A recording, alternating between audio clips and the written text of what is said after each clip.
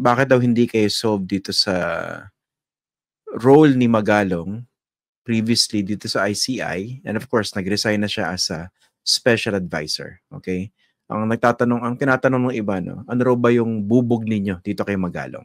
Sinasabi niya, straightforward, na maka-Duterte siya.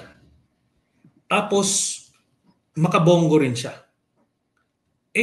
Yun yung mga kingpin dito sa sindikato na to na sa DPWH. Doon nagsimula yan. After nung kay Pinoy, sinet up nila yun nung panahon ni Duterte.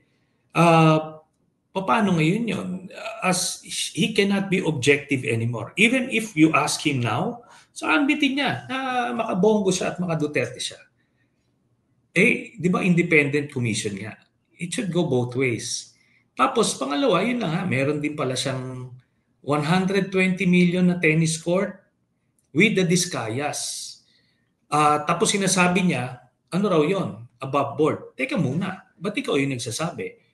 Di ba dapat siguro masilip din yun? Kasi medyo mahal-mahal na tennis court yan kung 120 million.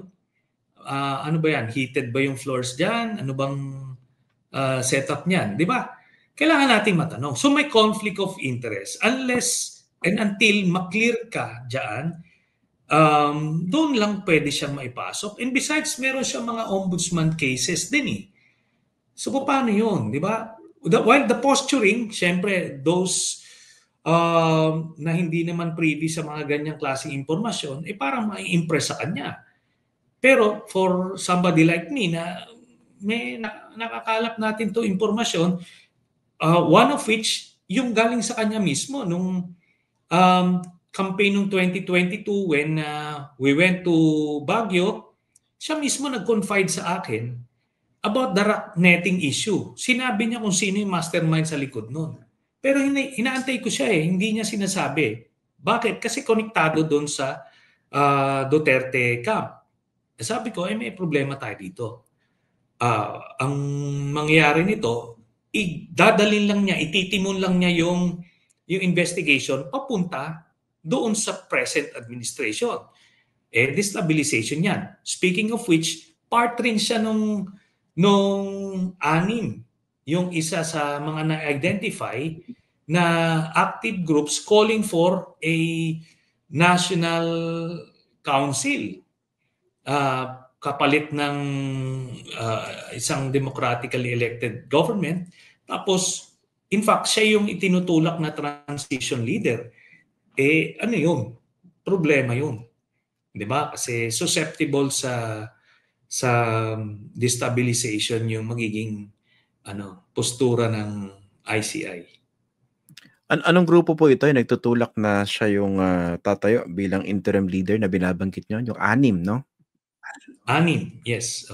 And hindi sila they're not covering it up. Hindi nila ito tinatago. Pag tinignan nyo yung kanilang mga Facebook pages and ando doon, it's all over the place. Ando doon sila, prominente sila sa mga protest actions. Wala namang problema. Maraming members dyan na maayos, mga non-aligned, mga well-meaning, PMAers. In fact, may mga church leaders na dyan. Si Attorney Alex Lacson is one of those prominent personalities there. Walang problema sa kanila. Pero yung may mga tao doon sa likod na closely identified with the Dutertes na that messes up their objectivity. Alam nyo kasi, Christian, pagka ikaw, politiko na nasa stature ni Mayor Magalong, tapos bilib na bilib ka kay Duterte, there is something wrong with you. Tapos malaking red flag yan. Biruin mo, impress ka kay Duterte, ina-admire mo si Duterte, grabing kasalanan yan sa lipunan. Hindi lang sa mga pagpataya, yung pag-set up ng illegal drugs, yung crime, enterprise, lahat, corruption, formally, vaccine scam, pati yung yan, sa infrastructure. Pag makikita nila, ilang bilyon ang binuho sa Davao. Kaya nagpupustura ka as a crusader for good governance, tapos maka-Duterte ka, talagang nakakakilabot naman yan.